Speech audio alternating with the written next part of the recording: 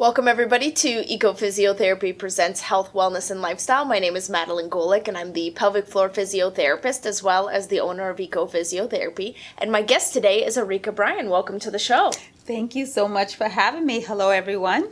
So before we I don't want to say what we're going to talk about. I kind of just want to start off with, tell us a little bit about you. Okay, for sure. So as Madeline mentioned, my name is Arica Bryan. I'm a mortgage broker. I have a Centum Regal Financial franchise. I have 3 locations across the city. I am a mother of 5 children. That's Those are the big sort of key points. Things, yeah, the mother part, and this is my business. Yes, exactly. And so what I'm really interested in talking about, because I feel like there's moms out there who may be thinking about wanting to have a bigger family, or maybe thinking about career and trying to kind of figure out, can they have both? So I thought, as a mother of 5, maybe you could talk about, like, how to get everything done.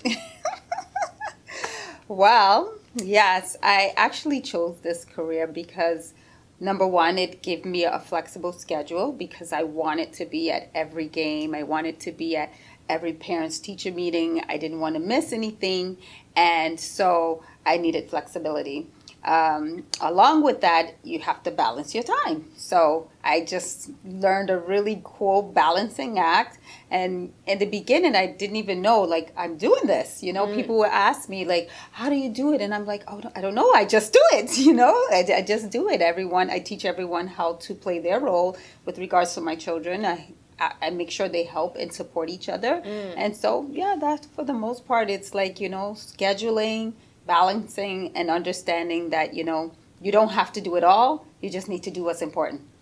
Absolutely. And I think there's a difference between, like, thinking about how you might manage something and then, like, actually being in it. Exactly. Because I think we often hear from people, like, there's never a good time. Yes. Yeah, there's never a good time to change careers. There's never a good time to buy a house. There's never a good time. Well, there are, to some extent, good times, but, when to have children. If you're waiting for the perfect set of circumstances, those might not necessarily come, right? No, not at all. Actually, my last child was not planned. I was going through some emotional changes, and then I'm thinking, okay, what's going on? I had no idea what was happening to me.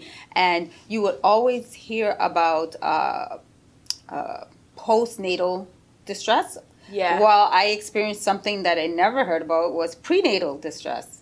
Wow. Yeah, prenatal, it was like, what do you mean? I went to the doctor, and I was like, well, I don't feel like myself. I don't want to hear the phone ring. And I love my business. I love what I do, but it's, for some reason, frustrating you? It was just driving me nuts, like something was wrong. And I'm like, okay, what's happening? And then, 1 or 2 tests, and the doctor says, oh, you're just pregnant. And I was like, what? What do you mean? So, yeah, timing was not... That was not something that I just thought. I was full force in my career. I have 5 children already. I'm okay. I'm good to go. Let's do this. And here come baby number 5. Yeah. So you were already in your career. Mm-hmm. Like when did you start your career? So I was actually studying to become a psychologist. Wow. Yeah, believe it or not. Cool. I loved psychology, and so I was studying psychology, but in between my studies, I had 1 kid, and then I had another kid, and I would just continue to go back to school, but I migrated here from New York. So when I got here from New York, I had a break, and that break was, okay, take care of family, take care of household. But I came from a corporate background, and I was always busy. I was always, having something to do, networking, something. So the break kind of took me off my balance. This is not me. I like being involved. I like doing things. And so I had a kid at that time. During that phase, I had a kid. And so then after 2 kids in Canada, it was like, okay, yes, I love taking care of home. I love my children.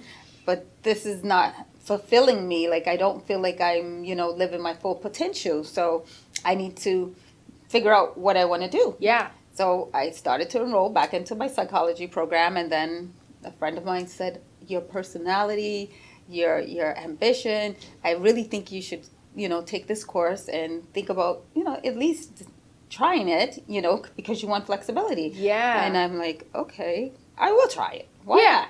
Yeah. So that's So how here we started. are. Here we are. 2 years. Yeah. 2 years prior to having my last child. Okay. Yeah.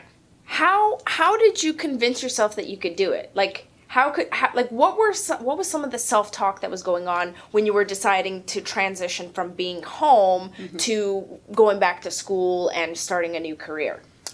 So again, because of the way the school structure is set up, I was thinking, okay, I will take care of the kids during the day, and then I'll go to school at night. And so that's how that conversation started in my head. And then I figured, okay, if I do this, I will be able to do both in my mind. Yes. School, I've done it before, but at that time I only had 2 kids. Yes. And so I can do this with 4 kids in my mind. And so then, after time passed and I decided to do the mortgage course at, I traveled all the way from the west end of the city to the east end, and I would take the GO bus, and I would, figure out strategies to make it faster. And so that's how I started my mortgage career. And so that now was a bit flexible in the terms of, again, schooling at night and mommy in the day. And so, yeah, that. And you made it work. I made it work. Right. But then, another part of life happened. My husband at the time decided he wanted to take on another career. So we moved here because of his career, from the States to Canada because of his career. And then he wanted to go thousands of miles away somewhere else. And so I found myself being married but single. Right. You know? And then that just took on a whole nother, but some way, somehow, like scheduling, prioritizing my children, prioritizing having to provide for them, it worked out. And I was actually going to then ask you, like, what are some of the time management strategies that you use? Because I'm sure moms are out there like, how do you do it? Like, do you write things in a calendar? Are you using an app? Like, do you have like boards that write out like what each kid's responsible for? Like, I write everything. Okay. Right now, on the side of the fridge, we have a schedule for days that everyone cooks. Oh. So, yeah, we have days for who cooks when, and we start from Sunday. I have Sunday because Sunday is a little less stressful in my world. And so I will cook Sunday, which will cover Sunday and Monday. And then my daughters have their days. And Fridays is for my son. He's 11. He too have to do his part. But we make it fun, easy food for him to do. But yeah, Fridays is his days. And then we alternate who cleans the kitchen according to who cooks.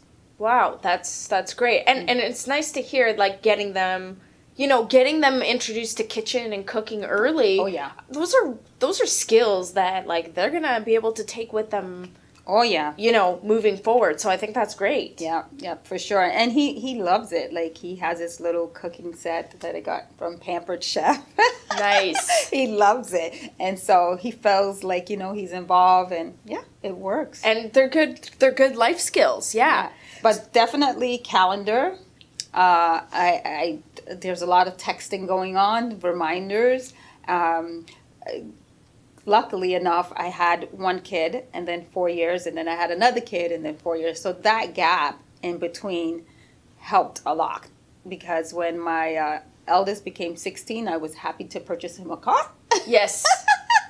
So that he could help with errands. Right. So, yes. Yeah, so it just delegating, right? Lots of delegating. Yeah. I didn't even know I was that good at delegating. My delegating at home was far more better than my delegating in my business.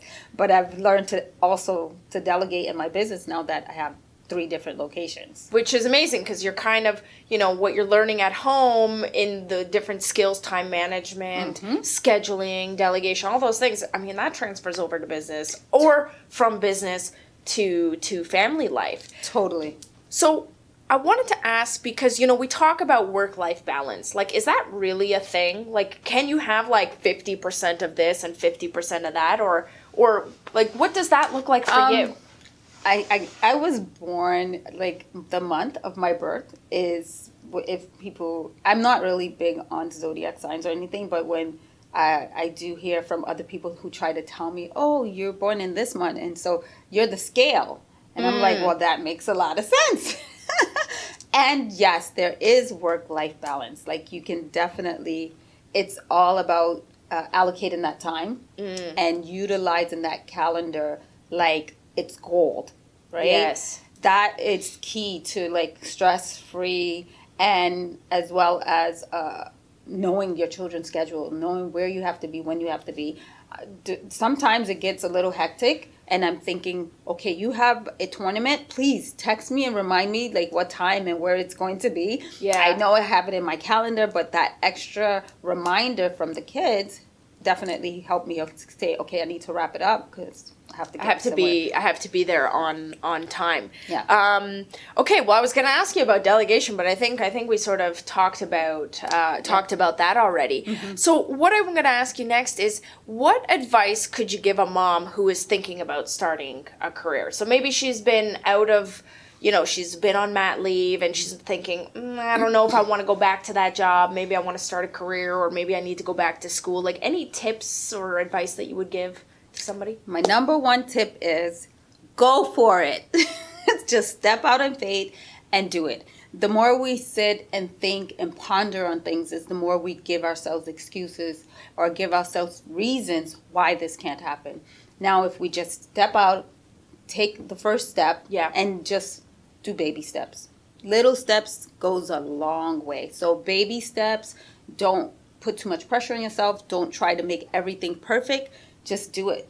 Once you just do it, everything kind of come together. I was just going to say, it's surprising how the forces align and the right help shows up at the right time, or when you're in the crunch, that's where you learn the skills of, like, okay, it's crunch time. I have to make this work. Absolutely. You're not going to work that hard when you're thinking the what if game, right? Where you're trying to plan it out and there's too many you can't predict what the future is going to do. But when you're in the midst of it, that's when you're forced to make it, to be resourceful, to find time, to ask for help, to do those things. But you're not necessarily going to be motivated to do those things when you haven't taken the action. When you haven't taken the steps, absolutely. So, like I said, I write down everything. And it is definitely key to plan in the sense that just write it down. That's part of planning. Some people think they have to have a really well-structured, well-organized business plan. No, not necessarily. A plan can just be you pouring everything you have in your mind on paper.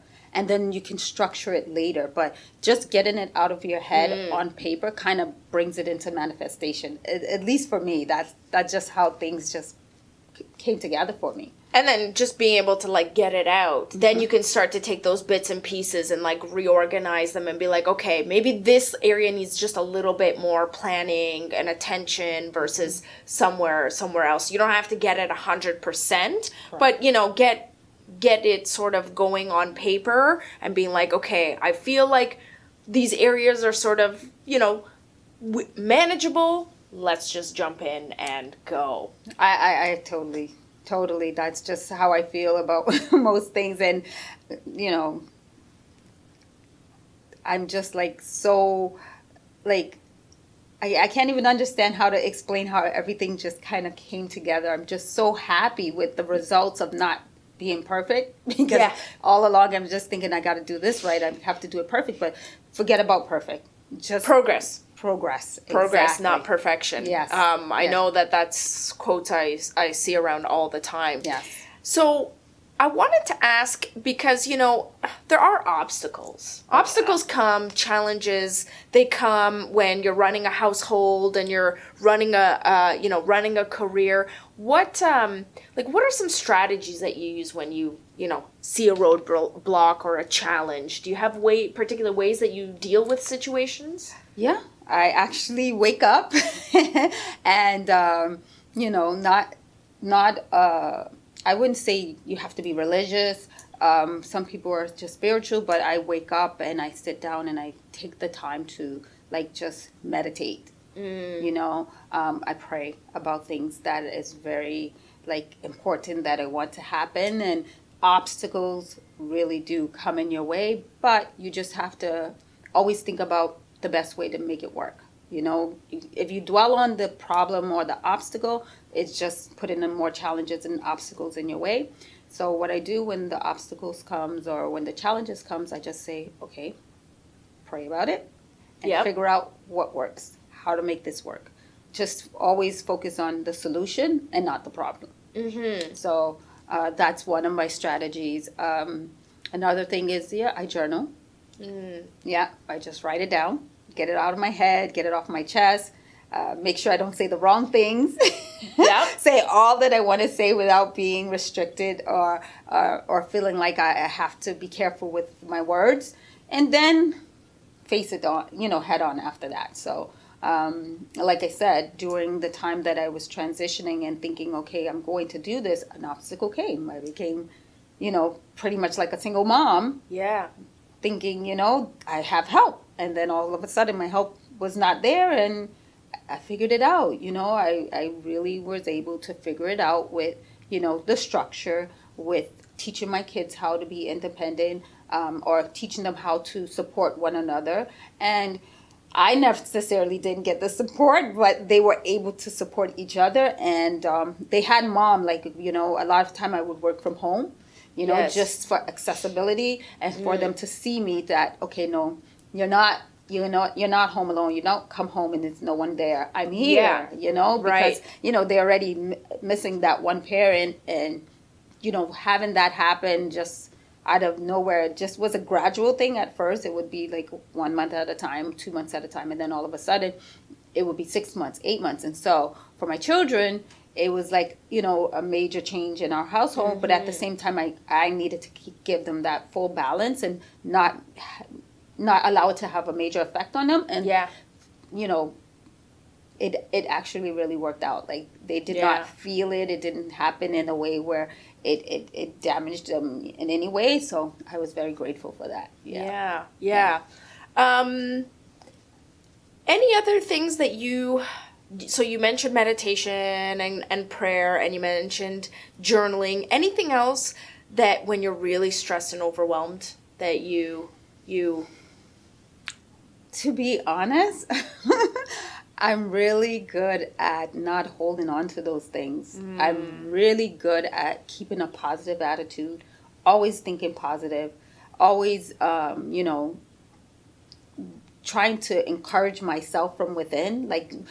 We women, and, a lot of men too, have this strength from within, and it somehow comes out when you are in your most challenging situation.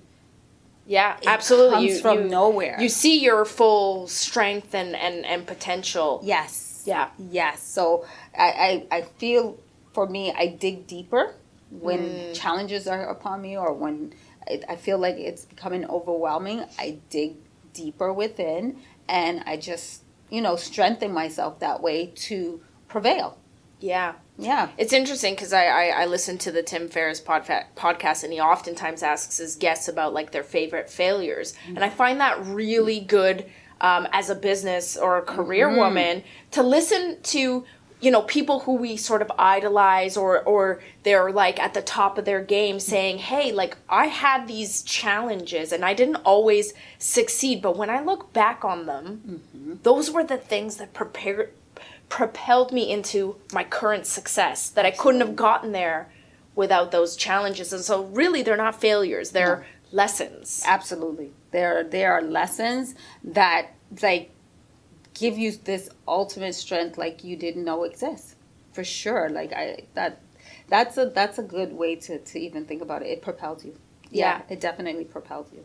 So it can be done. So Oh, it can, totally. so you can, have a family. You can have a career. You can have the things that you want. Yes. You just, you have to take the first step. You have to take sometimes that leap of faith. Yes. And, have some good strategies and techniques for, keeping that positive and good mindset. Absolutely. But it can be done. It can be done.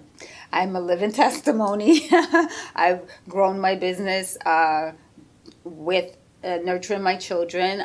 They are all very balanced, happy children. They have good manners and respect. And I often get compliments from people that tell me, oh my God, your children are well mannered. Oh my goodness. And people say, oh, is your son so-and-so? And I'm like thinking, oh yeah, how do you know him? Yeah. Oh, he helped me with this. So yeah, it can definitely be done. The only thing that's stopping you is you, for sure. Yeah. It's really something that, comes from within, and the challenges and the obstacles is what make you stronger. So take them on and just keep pushing forward. I want to thank you so much, because I feel like, there are women out there thinking about this, and just hearing it from other women, like, hey, this can be done, hopefully it kind of gives them that little spark, that little light inside to take the next step forward. So I want to thank you so much for sharing your journey with our viewers. It was my pleasure. Yeah, and we will have Arica's contact information available at the end of the show, in the description, if you guys are, needing any mortgage help. I mean, Arica's, been doing this a long time. Yeah. Or, if you just want to say hello and really enjoyed the show, we'll have our contact details available at the end. So thank you so much. Thank you. And I'd like to extend an invitation to our viewers. Sure. Our third location, like I said, we just opened it up, and we're going to be doing a grand opening on May 5th. It's for the whole family. Fun festival, like jumpy castles, great food, surprises, gifts, giveaways, music, fun for the whole family. And it's just my way of giving back. We will be giving support to Habitat for Humanities, because we will be with my children, and the agents of my company will be joining my business group to help build homes. So this is huge for us. This is another major accomplishment. It's the third location, and I'm so grateful that I can give back and, just be happy. Yeah. Awesome. Well, thank you for sharing that. Yes. And thank you again for coming in. And thank you guys for watching. See you later. Thank you. Have a good day.